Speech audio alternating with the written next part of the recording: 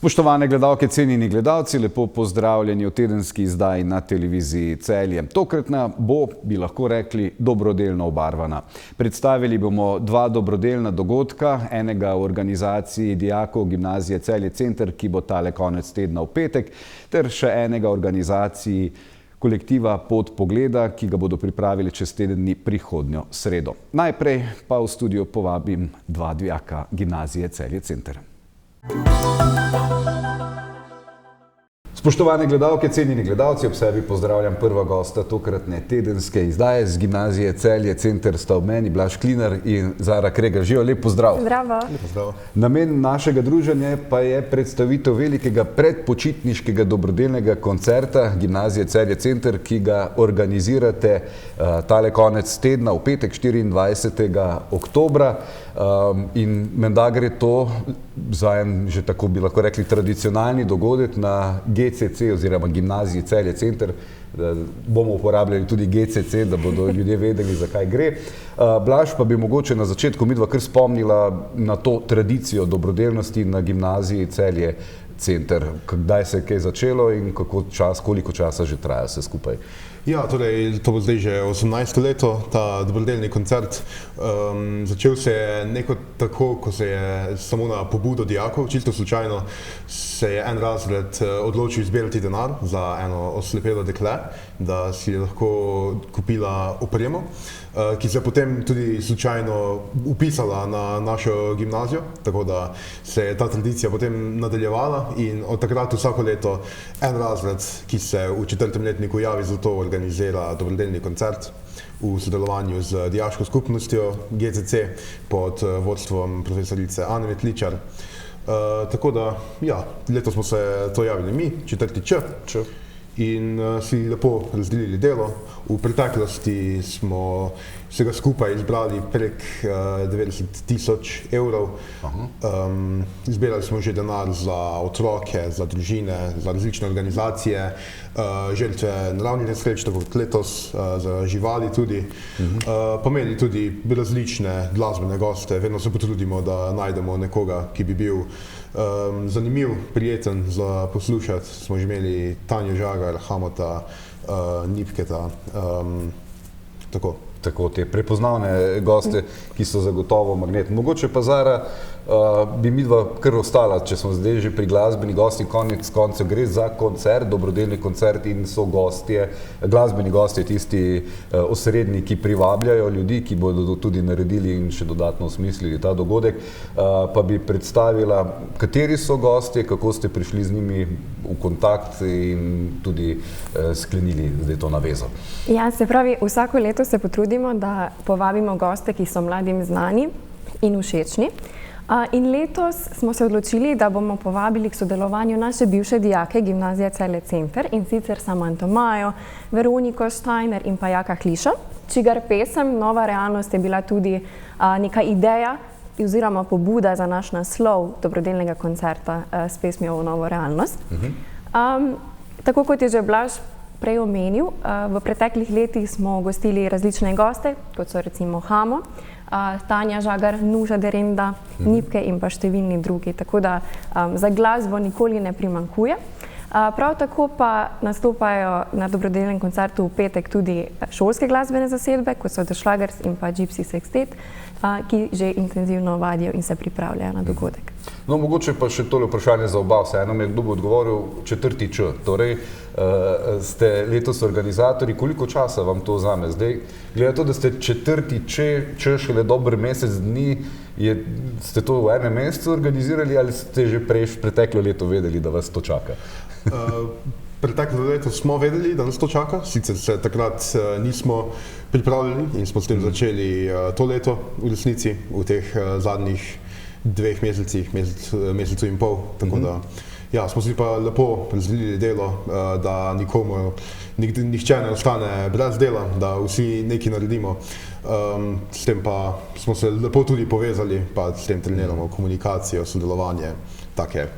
Sej, verjetno tudi skupnost, ker je za tradicionalni 18-letni dogodek, se že ve, da neke stvari so več ali manj iste vsako leto. Tako. No, dobro. Ni pa isto vsako leto, niso iste osebe oziroma organizacije, kot si omenil Blaž, za katere zbirate sredstva, pa mogoče zaraz za koga in zakaj zbirate sredstva letos? Letos zbiramo denarna sredstva za družino Irmančnik, ki je svoj dom izgubila pred 2 letoma v poplavah in še kar nimajo urejenih bivanjskih razmer.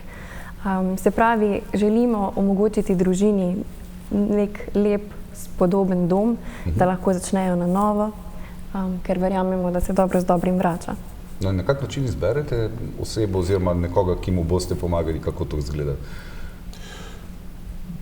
Nekdo najde neko idejo, to navadno pride iz razreda ali pa iz same organizacije šole, da najdemo organizacijo ali pa neko družino, tako kot sem prej rekel, ki poznamo in potem se zbere denar. No, in letos bo to družina, smo rekli, Irmančnik, tako. V poplavah prizadeti.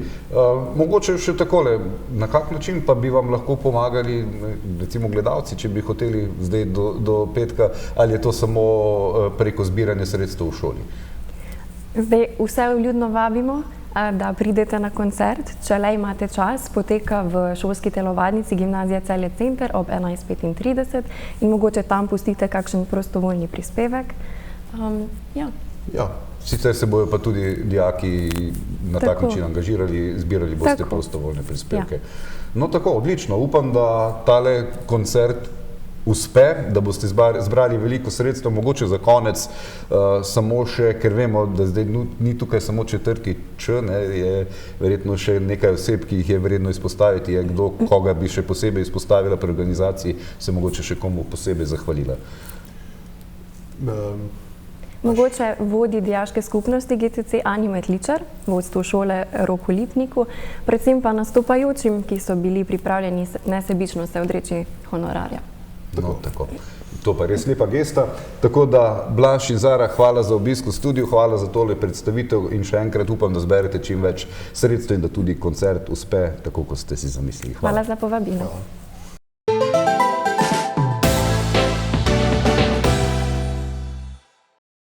Mesarstvo Čas vam v lastni mesnici na Savinjski cesti 77 v Žalcu ponuja meso in mesne izdelke.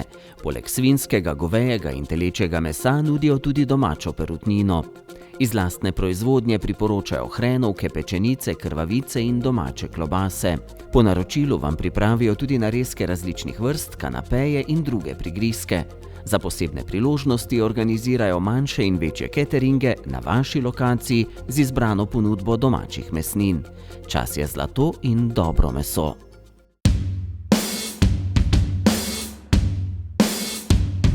MeTeam predstavlja enostavno uporabniško videokonferenčno orodje, ki omogoča hitro in zanesljivo komunikacijo tako znotraj, kakor zunaj vaše organizacije. Omogoča vam organiziranje projektnih skupin, snemanje konferenc, glasovanje ter beleženje in shranjevanje podatkov. Je orodje, ki predstavlja idealno rešitev pri sodobnem načinu vodenja ter komunikaciji tako s partnerji, strankami kot tudi zaposlenimi. Delovanje sistema pa spoštuje vse predpise o varnosti podatkov, saj vsi podatki, s katerimi upravljate, ostanejo v vaši državi. V kombinaciji s pametno tablo Novatel Clever Touch pa postane orodje MeTeam resnično popolno. Pametna tabla namreč omogoča pisanje, risanje in prikaz interaktivnih vsebin, ki jih s pomočjo orodja MeTeam delite neposredno v videokonferenčnem pogovoru. Ob tej izjemni kombinaciji orodja MeTeama in pametne table Clever Touch bo deljenje vsebin ter poslovno komuniciranje postalo res enostavno in brezskrbno. Cajt je, da stopimo skupaj in kupujemo domače. Trgovine Joge!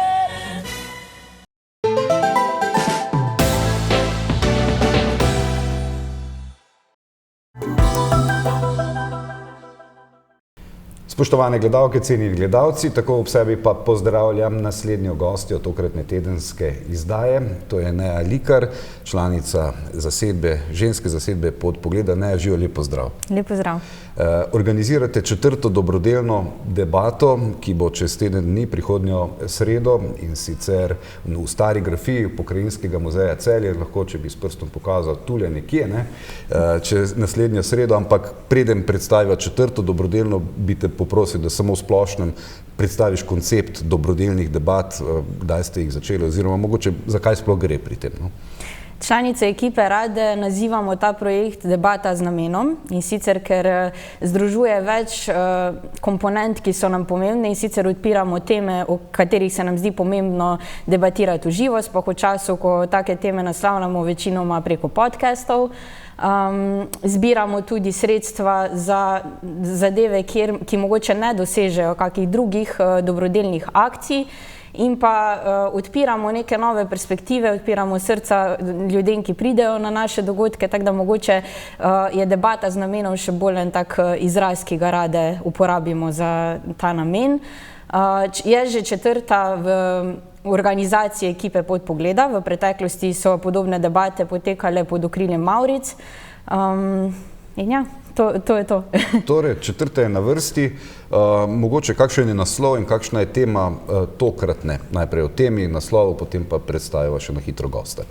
Naslov tokratnje je Na vrtiljaku v mreži. Se mi zdi, da je že precej zgovoren naslov. Živimo v času, ko imamo praktično vse informacije en klik stran, hkrati pa se nas vse nekako loteva epidemija osamljenosti. Vsi v bistvu hrepenimo po pristnem stiku, po nekem mogoče celo drugačnem pridobivanju informacij, da se ne dogajajo stvari tako hitro in v takem tempu. In je vsekakor tema, ki ne cilja samo na mladostnike, ampak vsi smo v tem kolesju in se nam zdi pomembno vprašati, kam gre to kolesje, a gre prehitro, a gre sploh v pravo smer, ali kak je ta moment med zabavo in tem hitrim tempom in pa med tem, da drvimo definitivno v napačno smer. No, tako. In koga boste vprašali, oziroma kdo jih bo vprašal, katera dva gosta o tej temi? Moderatorka debate, kot vedno do sedaj, bo Marjana Kolenko. Gosta tokratne debate pa bosta Miha Kramli in pa Sara Isakovič.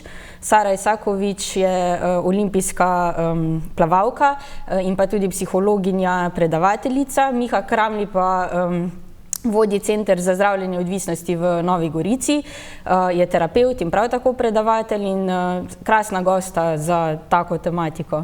In torej za tematiko o omrežjih. Ne, mogoče za konec, na kakšen način se, ne, še preden bomo povedala, na kakšen način zbiramo sredstva, moramo seveda izpostaviti še za koga in zakaj. Tokratna sredstva gredo za terapije 12-letne deklice, in sicer v centru CPOS Žalec. Deklica bo deležna obravnave, ki si jo zasluži.